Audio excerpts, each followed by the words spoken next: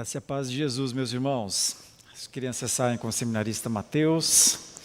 Nós continuamos aqui para a meditação na palavra do nosso Senhor. Por isso quero lhes convidar para que abramos as Escrituras no primeiro livro de Reis, no Antigo Testamento, primeiro livro de Reis, capítulo 3, por favor. Primeiro de Reis 3.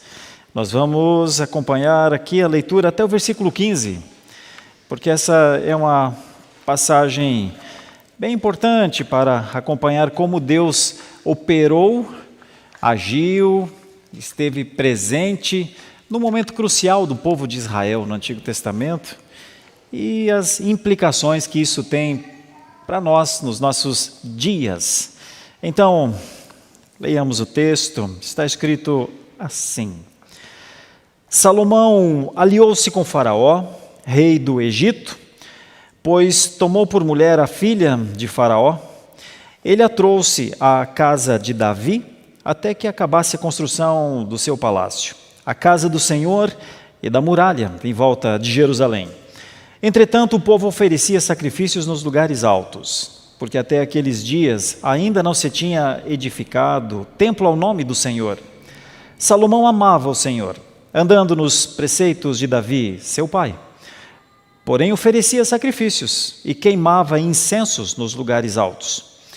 O rei foi a Gibeão para lá oferecer sacrifícios, porque era o lugar alto mais importante. Naquele altar, Salomão ofereceu 1000 holocaustos. Em Gibeão, o Senhor apareceu a Salomão de noite, em sonhos. E Deus lhe disse: peça o que você quiser que eu lhe dê. Salomão respondeu: foste muito bondoso com o teu servo Davi, meu pai, porque ele andou contigo em fidelidade, em justiça e em retidão de coração diante da tua face. Mantiveste para com ele esta grande bondade e lhe deste um filho que se assentasse no seu trono, como hoje se vê. E agora, ó Senhor, meu Deus, tu fizeste reinar teu servo em lugar de Davi, meu pai.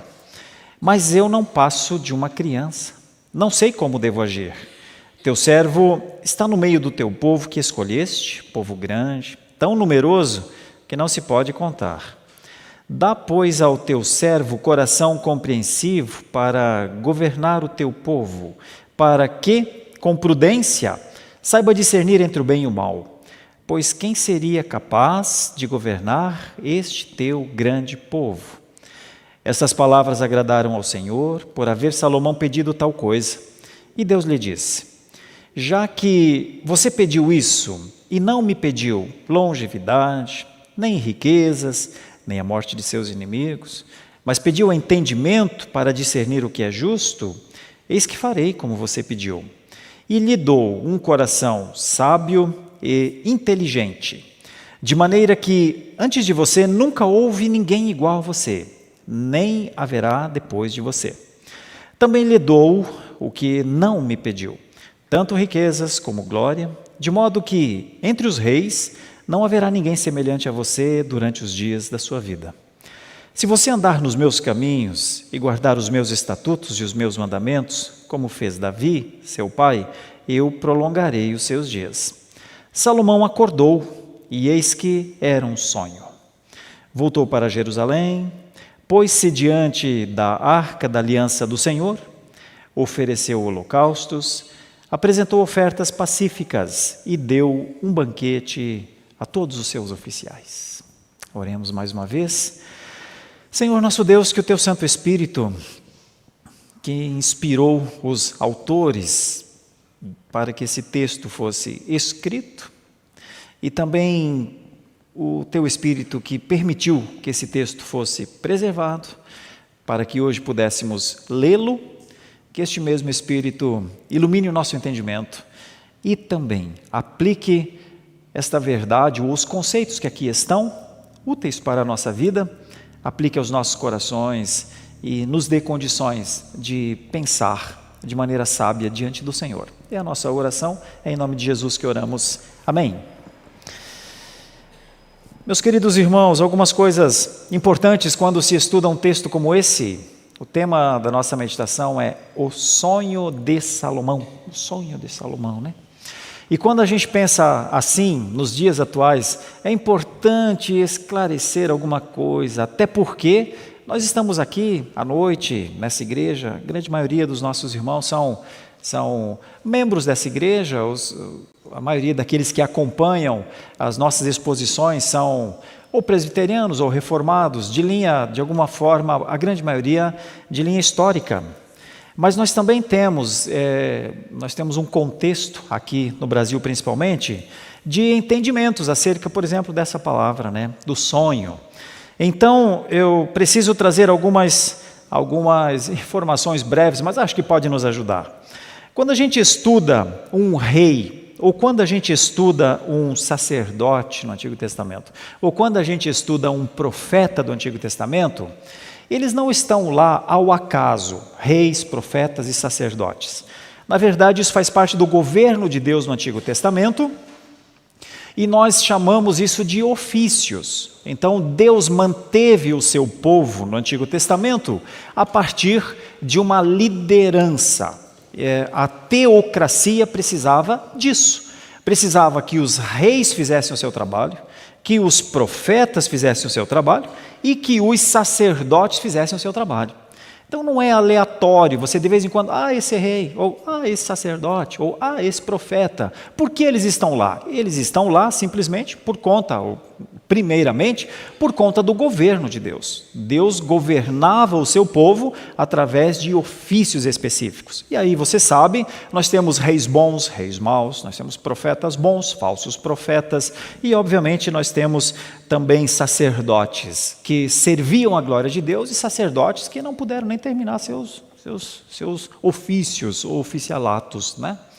Então agora nós estamos estudando aqui um rei, que é Salomão, assim como Davi, seu pai, foi rei, como Salomão foi rei, como depois Jeroboão, Roboão e todos os outros reis que vieram, porque eles anteciparam um pouquinho do que depois nós entenderíamos. Cristo uniu esses ofícios no Antigo Testamento. Então Cristo se tornou sacerdote, rei e a própria profecia. Então, todas as vezes que estudamos alguma coisa assim no Antigo Testamento, sempre temos de levar em conta que isso está para Cristo.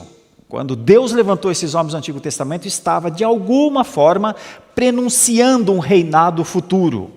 E para que este reinado futuro acontecesse, ou seja, Cristo no trono, Cristo o Rei dos Reis, ele mantinha estes homens, dentre eles este homem aqui, Salomão. Então, quando estudamos Salomão, não é exatamente para que sejamos como Salomão, não é para que ele seja o nosso exemplo, não é para que nós, de alguma maneira, tenhamos-no como um ícone ou alguém para que nos espelhemos necessariamente na pessoa de Salomão. Ele está dentro de um ofício e está mediando, de certa forma, o relacionamento que Deus tem com o seu povo através da sua função. Então nós vamos ver aqui, por exemplo, como Deus estava governando o povo e como Deus usou um momento para falar com o seu rei. E aí, lá no fim, a gente vai tentar entender isso. Assim, hoje, Cristo media essa relação.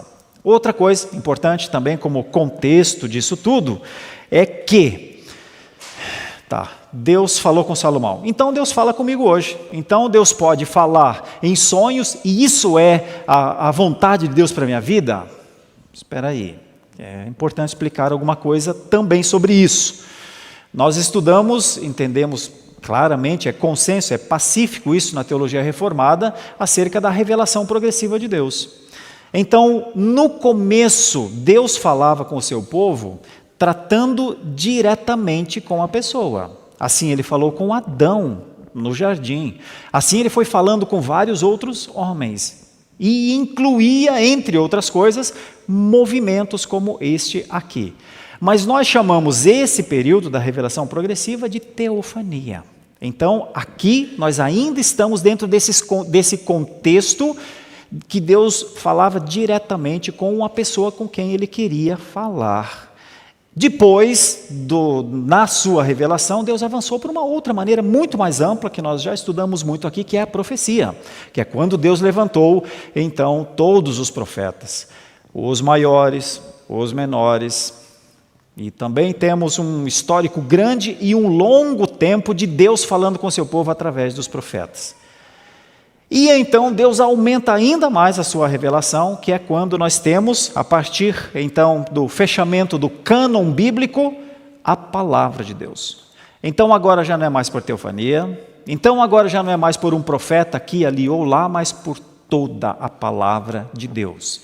Agora nós temos tudo, a revelação se completou. Através da palavra de Deus nós temos a voz do Filho, ele é a própria profecia. Então está tudo aqui. Nessa revelação progressiva, nós não temos nenhum interesse em ensinar a igreja, não compreendemos como verdade retroceder para os períodos teofânicos, para os períodos proféticos, porque eles antecipavam, de certa forma, o momento em que Cristo falaria que a palavra de Deus seria toda a palavra necessária para qualquer pessoa no mundo, em qualquer lugar. Então, nós estamos abordando um tema dentro do progresso da revelação de Deus, ali com Salomão.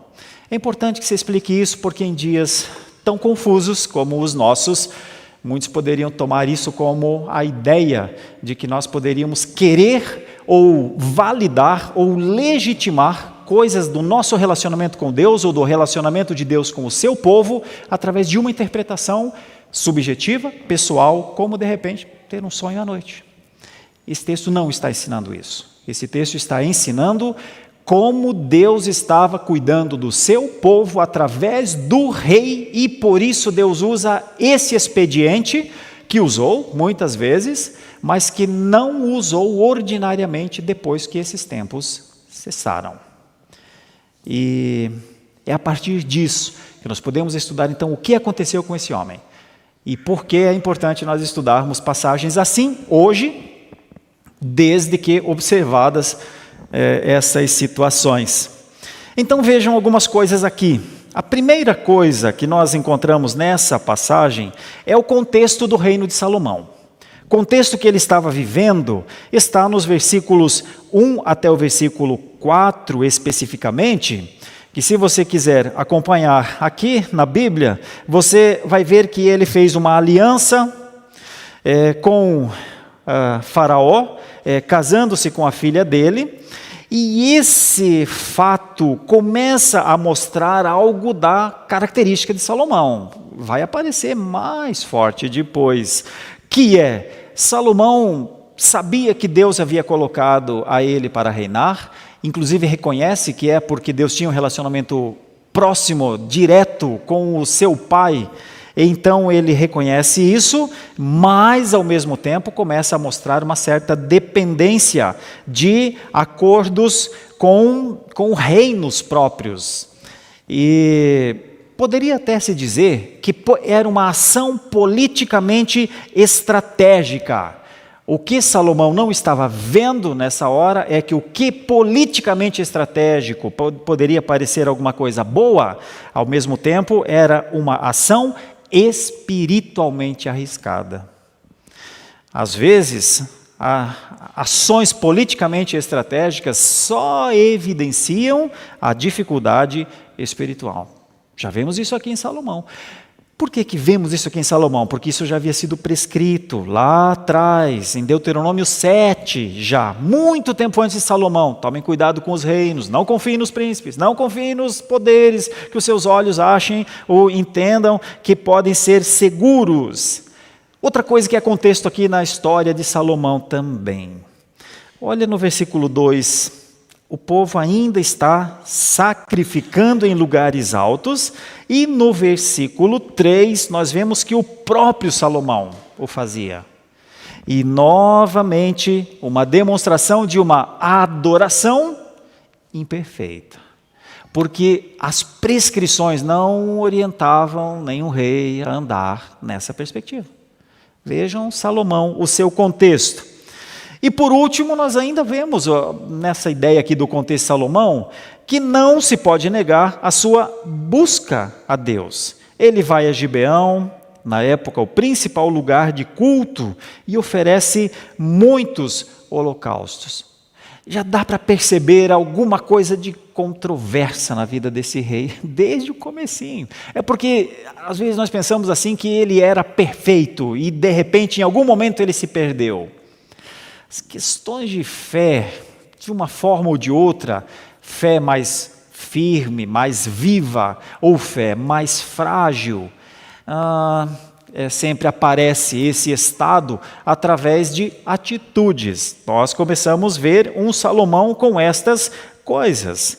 Nós encontramos nas Escrituras coisas que poderíamos dizer assim, nos ajudam a entender um pouco mais as atitudes de Salomão. Por exemplo, Deus ordenou sempre que o culto fosse no lugar escolhido por Deus.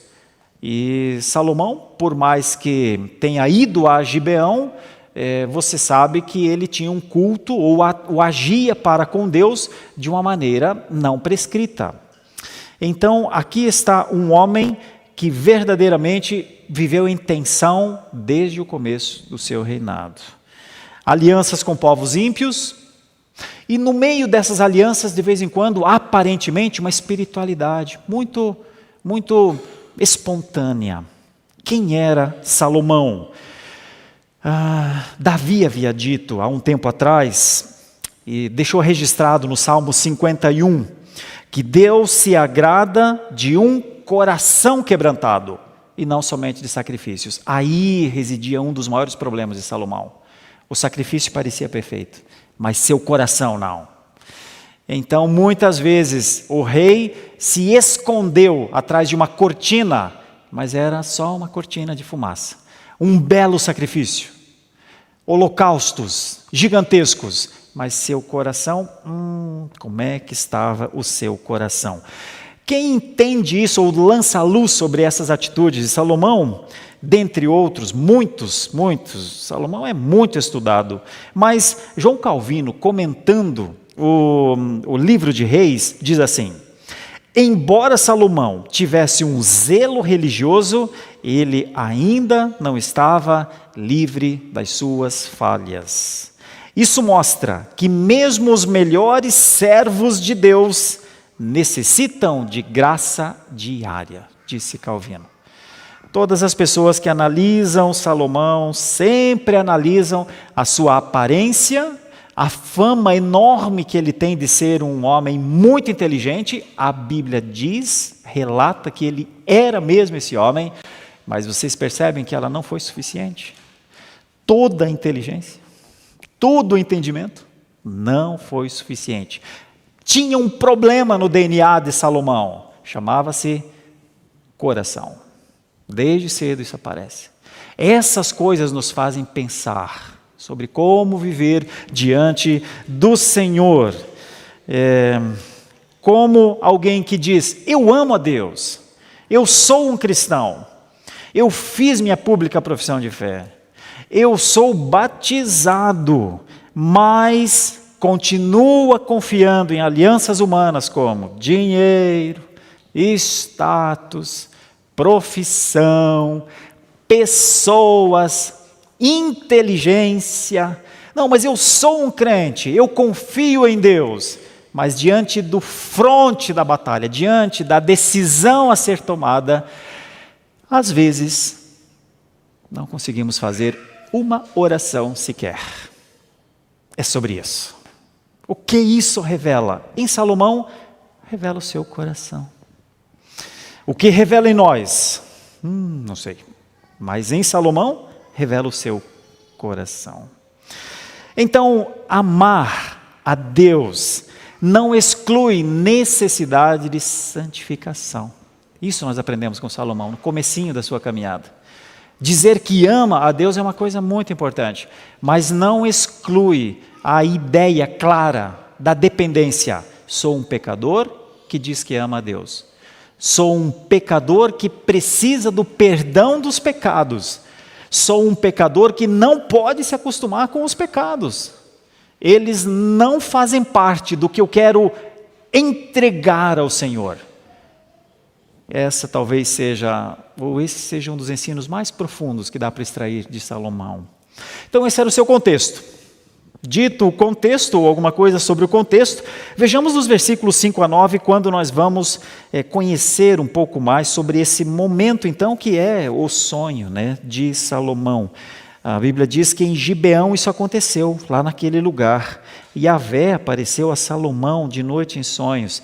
E no sonho, é importante a gente lembrar, é um sonho, viu, irmãos? É um sonho, tá? Isso que não foi uma coisa na consciência de Salomão. Isso não aconteceu ao meio-dia, de repente, uma mudança de tempo. Não, isso que depois ele vai dizer, acordou e viu que era um sonho. Então, é importante essa observação aqui. Mas foi lá, em Gibeão, e no sonho Deus faz uma pergunta. Na verdade, não é bem uma pergunta. Deus diz assim, vou te abençoar no que você quiser. Tu já pensou uma coisa dessa? Pode pedir, peça Salomão. Peça e verá, peça e conhecerá, peça e receberá.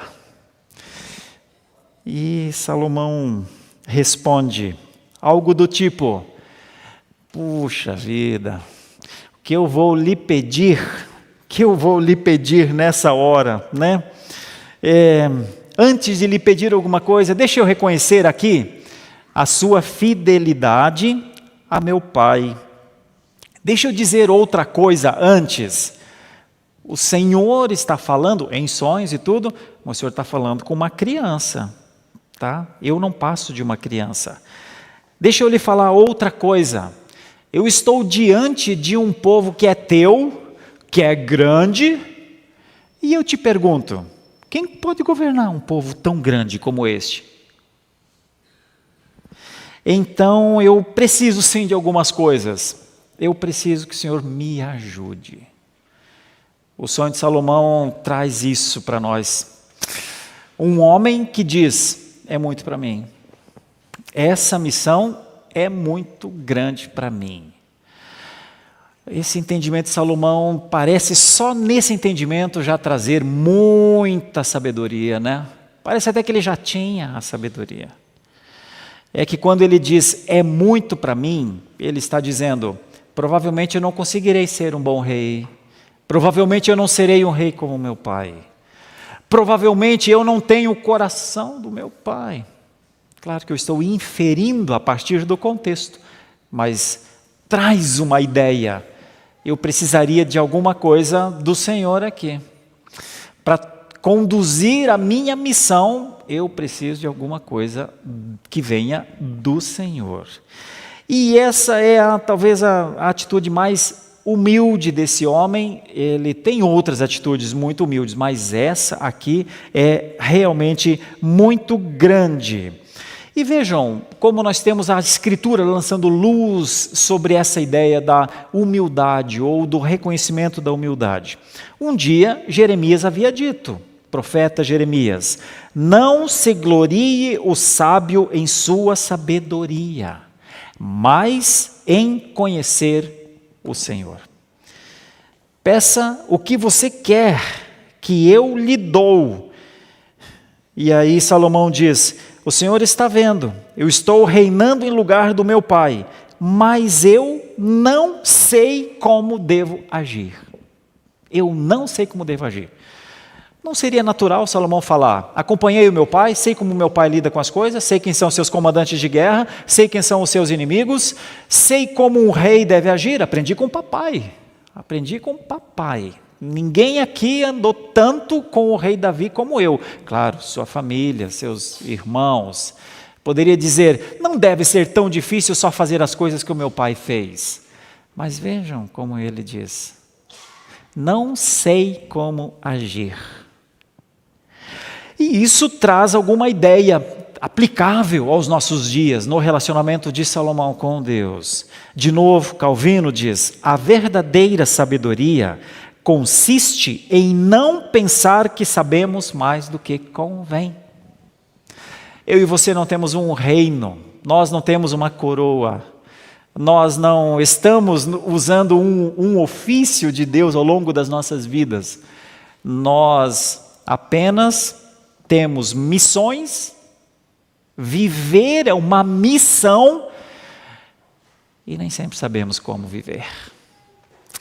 E aqui muita gente erra demais, porque parece trazer para os dias. Imagina quem não sabe viver.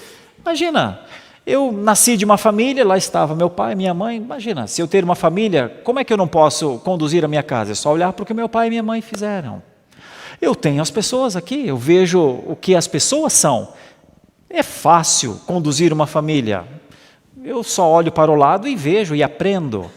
Mas notem que aqui nós temos o filho do rei Davi dizendo: barbaridade, eu não sei como fazer isso. Eu não sei como agir.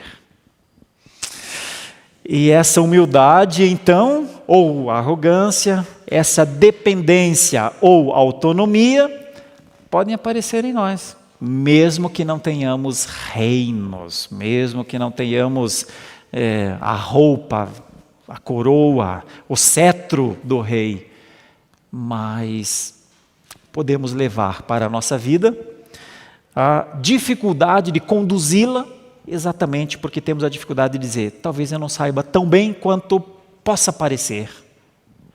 Nós aprendemos isso com Salomão, e então Calvino termina: se a verdadeira sabedoria consiste em não pensar que sabemos mais do que convém, então ela consiste também em que sintamos nossa necessidade de depender totalmente de Deus.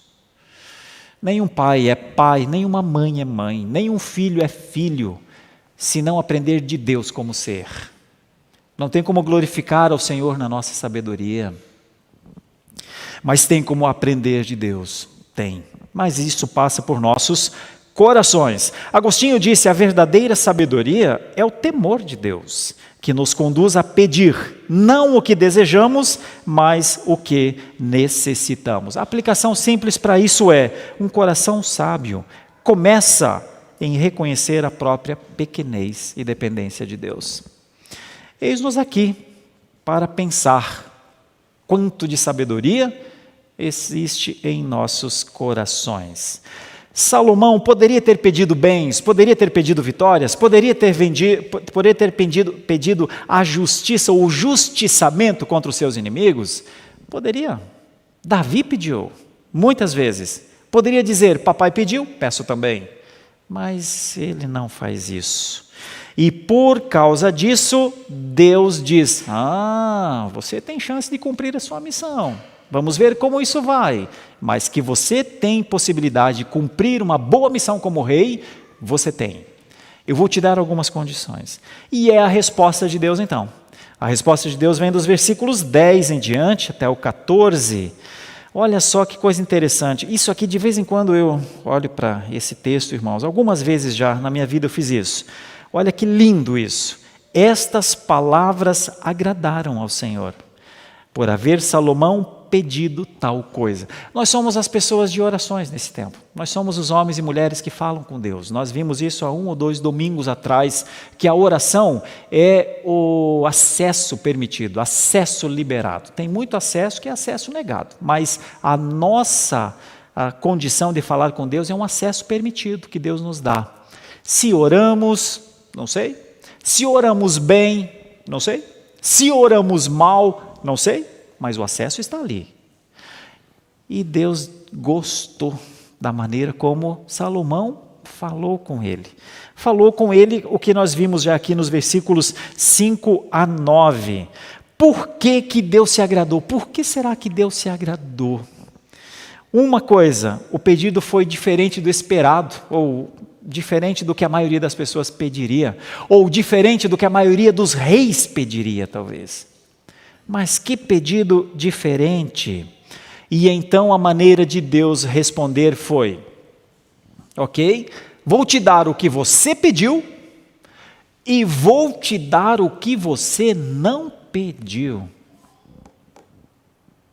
Que coisa, né? Hoje a gente tem muita, assim, Deus ouve as minhas orações, claro, Deus ouve as minhas orações. E quando Deus ouve o que eu nem orei? Esse é o caso aqui do Salomão. O que nos mostra algumas coisas. Se você olhar aqui para o que Deus deu, que era o pedido de Salomão, e o que Deus deu para o que nem era o pedido de Salomão, a soma disso se chama bondade de Deus. Nós estamos diante de um Deus tão bom que nós pedimos 50% e Ele dá 100%. Agora, muitas vezes nós pedimos 100 e Ele dá 50 ou não dá nada. Quem diz isso é Tiago. Sabe qual é o nosso problema? Dificuldade na oração. Sabe por que vocês não recebem? Porque pedem mal. Quanto aprendizado acerca da oração, né? Então não é só orar por orar. Então é orar de um jeito que agrada a Deus. Como é que se acha o jeito que agrada a Deus? Meu Senhor, quem descobre como orar de uma forma que agrada a Deus, provavelmente o tempo inteiro tem surpresas com Deus. Quem não descobre a forma de orar do jeito que agrada a Deus, provavelmente tem decepções o tempo inteiro com suas orações. Porque provavelmente sempre pede mais. Porque sempre, provavelmente, pede melhor, ou pede mais do que seria a necessidade. E essa é a diferença entre necessidade e desejo.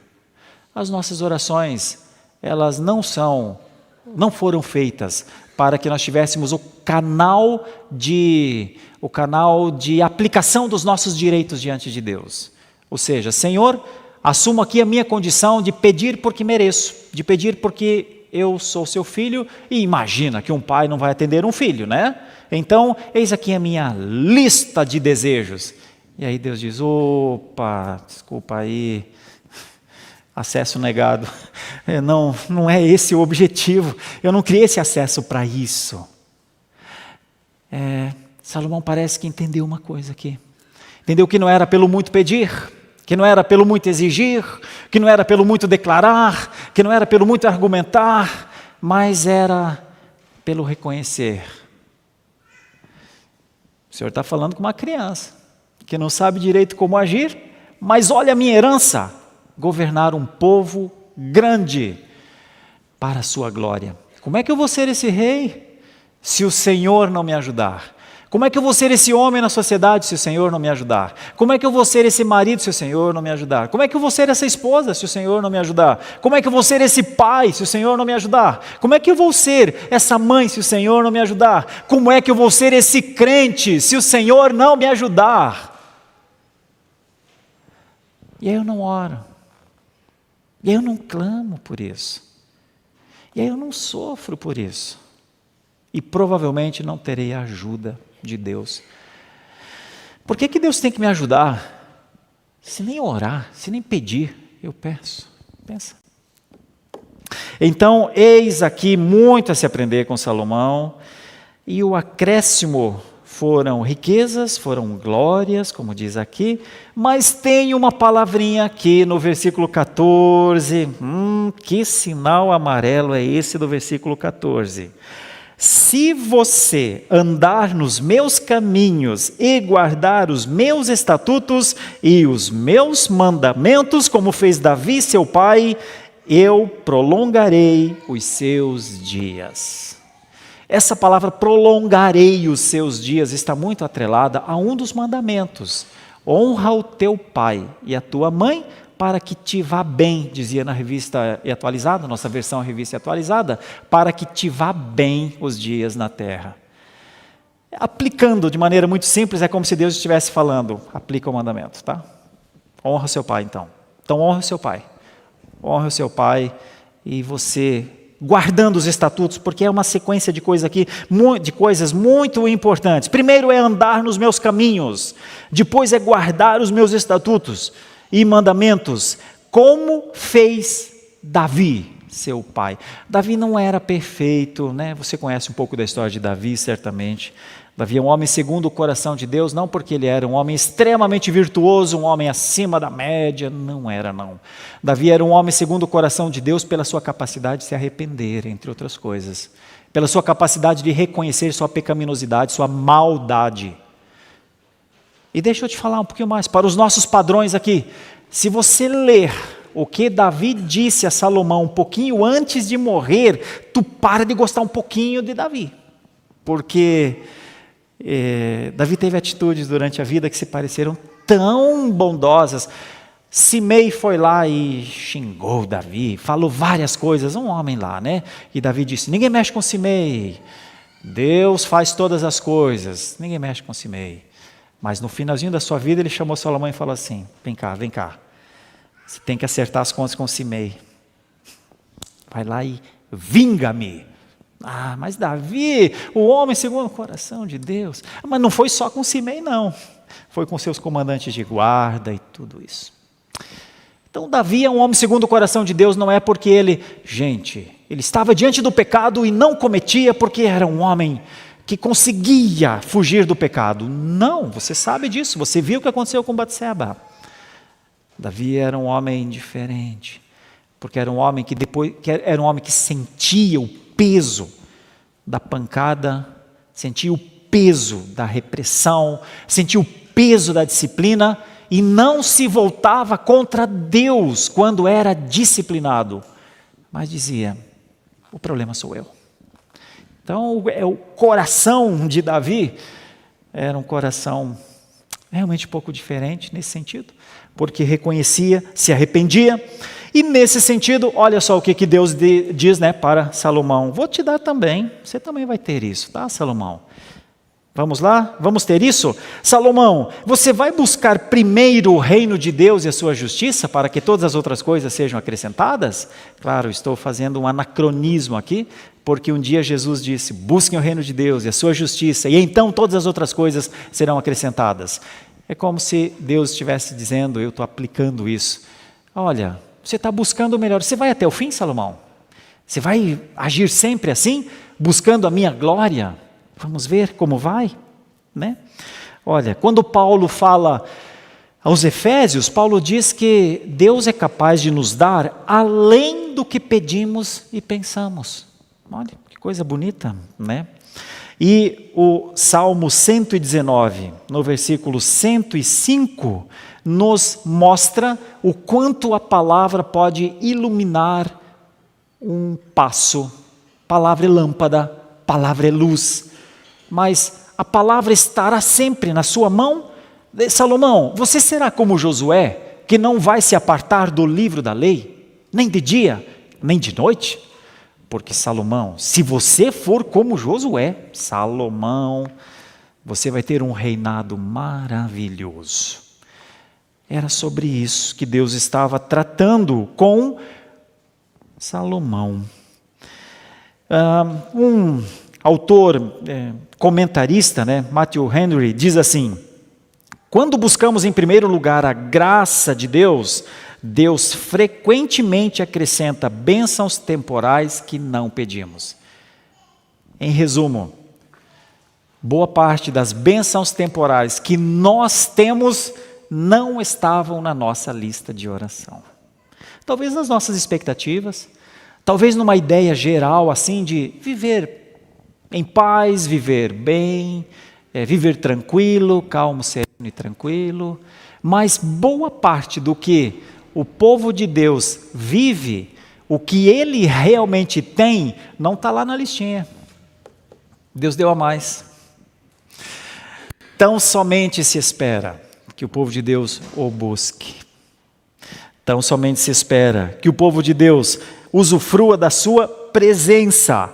Não usufruir a presença de Deus, que é uma presença eterna, espiritual, plena, que ocupa todas as polegadas da existência da sua própria criação, não para querer que Deus atenda o que eu quero, o que eu desejo, o que eu preciso, o que eu não consigo viver sem. Como uma criança que quer o carrinho de bombeiro no Natal e ele não consegue viver sem aquele carrinho, o barulhinho, não. Deus não existe para isso. E aqui Salomão conheceu um pouquinho disso, de um Deus que pode sim dar mais do que se pede, depende muito do que se pede. John Owen, outro grande, um vulto histórico da teologia reformada, teologia puritana, diz assim: todas as outras dádivas sem sabedorias normalmente se tornam armadilhas, mas a sabedoria espiritual ordena a nossa vida para a glória de Deus. Meus irmãos, nunca será demais pedirmos sabedoria. E aqui nós temos essa experiência, então, com Salomão. Quando priorizamos a sabedoria de Deus, nós queremos essa sabedoria para a nossa vida. quando nós reconhecemos que Deus é sábio no seu proceder e Ele outorga de si mesmo, nós chamamos isso de atributos. Atributos incomunicáveis, atributos comunicáveis. Existem atributos que Ele não comunica por sua essência, por Ele ser Deus e só Deus tem. Mas há atributos que são comunicáveis, ou seja, eles são para o exercício da nossa vida. E então, quando nós buscamos a sabedoria para a nossa vida, meus irmãos, Ele nos dá o que é essencial para viver e ainda acrescenta bênçãos inesperadas. Pelo menos aconteceu aqui com Salomão. Se você não tiver nenhum exemplo, tenho de Salomão, para você ver que um dia Deus disse: te dou o que você não pede, porque vejo você me buscando. Quarta coisa que essa passagem pode nos mostrar é a resposta de Salomão. E é boa a resposta de Salomão. Ela está aqui no finalzinho dessa passagem, no versículo 15. Salomão acordou. Esse é aquele tipo de sonho que não dá nem vontade de acordar, né? Se tem um sonho desse, você deixa eu ficar aqui mais um tempo, Senhor, que bom, né? Mais um pouquinho, Senhor, que o despertador não toque, né? Mas não teve jeito, acordou e era um sonho, rapaz, que coisa. Então ele volta para Jerusalém e vejam as atitudes dele.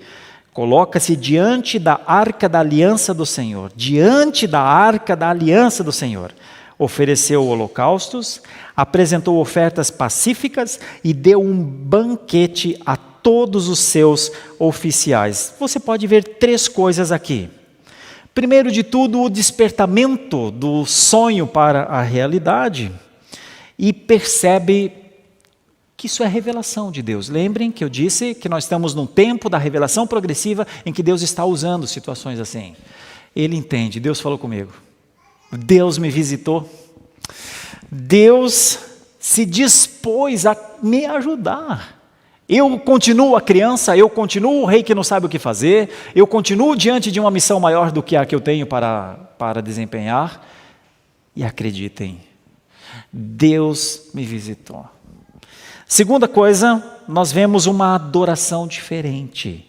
Ele volta a Jerusalém e vai para diante da arca da aliança. Essa arca, é tanta situação com essa arca no meio do povo de Deus, porque a arca era para estar o tempo inteiro sendo cuidada, mas eles cometem seus pecados, erram aqui, erram depois, erram de novo, continuam errando, chega um dia que Deus deixa a arca ir embora, e vai lá para os filisteus, e então Davi, o pai de Salomão, fala: não, mas tem que trazer a arca de volta, nós somos o povo de Deus, como é que a arca da aliança não está aqui com a gente? Isso é a mesma coisa como nos roubarem a Bíblia, e não deixarem mais que a gente use a Bíblia. Alguém tem que trazer a Bíblia de volta para a igreja, né? Hoje tem muitas igrejas que não tem Bíblia mais, né? Tem só o papel ali, ou às vezes nos dispositivos, mas a verdade da Bíblia às vezes parece não estar mais em muitos lugares. Mas esse era mais ou menos o conceito. Olha só, a arca é propriedade nossa, levaram, como é que faz? Davi vai, busca a arca, não sabe nem como transportar a arca. Lá morre o Uzá. Vocês conhecem, eu acho, um pouco dessa história, até que a arca volta. Ela está aqui agora, pois é lá que Salomão vai adorar. Diante do que nós entendemos como o centro da adoração, oferece sacrifícios diante da arca. E uma terceira coisa, celebra um banquete, uma alegria comunitária muito grande, mostrando que alguma coisa aconteceu entre Deus e Salomão. E disso nós temos algumas passagens bíblicas que nos ajudam, por exemplo, no Salmo 116, onde está escrito: como retribuir ao Senhor por seus tão grandes benefícios? Como ser grato? Como viver com gratidão conhecível, perceptível? Como, né? E Paulo, escrevendo aos Romanos, diz isso. É simples, é só oferecer a vida. Oferece a vida como um sacrifício vivo. Como retribuir ao Senhor? Seja um homem de bem, seja uma mulher de bem, seja um homem fiel ao Senhor. Como retribuir o que Deus me deu? Meu Deus, olha, se eu olhar para 1 ano, 2 anos, 3 anos, 10 anos, veja tudo que o Senhor me deu, como posso agradecer? Oferta a sua vida como um sacrifício ao Senhor. Vejam que em um momento o Salmo pergunta como fazer isso, em outro momento Paulo diz, consagrando-se ao Senhor. O Senhor continua aceitando cultos em nome de Jesus, continua trazendo para o seu reino, para o trabalho nas gerações mais diferentes, homens e mulheres que dizem, eis-me aqui. É simples. Como retribuir a tudo que o Senhor tem te dado? Nos tem dado? Senhor, eis-me aqui. Criança, não passo de uma criança, pequeno demais, cabeça dura, dificuldade de ver, precisava de óculos, míope espiritualmente. Puxa, não sei como retribuir, mas eis-me aqui. É isso que Paulo está querendo dizer. Como retribuir? Salomão está nessa perspectiva. Como retribuir? Deixa eu adorar o Senhor de verdade. Como retribuir? Permita-me eu me alegrar com as pessoas que estão aqui nesse reino para a tua glória. Como retribuir? Senhor, que o Senhor me veja um rei melhor. Eu retribuirei cumprindo o meu ofício nesse lugar. Nesse momento, Salomão fez isso. Fez isso por todo o tempo? Não é nem o caso aqui, é só esse recorte para a gente entender como pode ser uma atitude sábia diante de Deus. Por isso Martin Lloyd Jones disse, a verdadeira sabedoria sempre levará à adoração. Você quer conhecer um homem sábio, uma mulher sábia, veja como ele adora. E não é uma canção sendo cantada, e não é um momento de meditação transcendental. A ideia da adoração é, eu adoro a Deus através das coisas que eu faço no meu dia a dia para o Senhor. Não é em um momento. Senão eu passo uma semana de pecaminosidade, eu passo uma semana de egoísmo, eu passo uma semana de vinganças, eu passo uma semana de irritações, eu passo uma semana ensoberbecido no meu eu que sabe como resolver as coisas. E aí eu vou lá para a igreja no domingo, fecho meus olhos e ouço aquela canção que me leva ao choro, e então eu louvo e eu adoro ao Senhor. Não é disso que esse texto fala. Essa não é a adoração, não.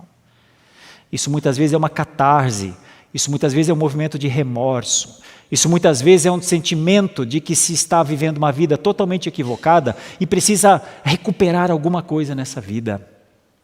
Isso tem pouco de espiritualidade, na verdade. Esse momento é importante? Desde que ele seja condizente com a vida dessa pessoa. Se não, esquece. Se não, está mais para exibicionismo, muitas vezes até diante de Deus. Terrível, horrível, na verdade. Por isso, mais uma vez, Lloyd Jones acrescenta, o homem verdadeiramente sábio é o que se prostra diante de Deus, pois reconhece que tudo vem dele. E esse é um ato contínuo ao longo da vida. Para que a gente aplique isso ao nosso dia a dia, concluindo, Salomão nos mostra que a verdadeira grandeza está em pedir o que agrada a Deus. Sabedoria para servir. E então, muitas vezes, se preparar para as surpresas de Deus. Você não vive para esperar a surpresa de Deus. Você vive para servir ao Senhor. Mas acredite, em Salomão foi uma surpresa o que ele recebeu, porque Deus se agrada de pessoas que buscam a vontade dele.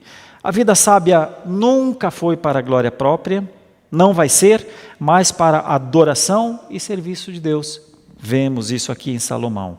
Então, Salomão nos ensina aqui algumas coisas, e isso nos leva à ideia mais clara. Quando nós vemos no Antigo Testamento um homem buscando sabedoria, quando nós estudamos Provérbios, tanto o reverendo Geimar quanto o reverendo Alberto já trabalharam nessas passagens, a palavra sabedoria, a maior parte pelo menos, está relacionada à segunda pessoa da Trindade, ou seja, o próprio Cristo. Cristo é a sabedoria lá no passado.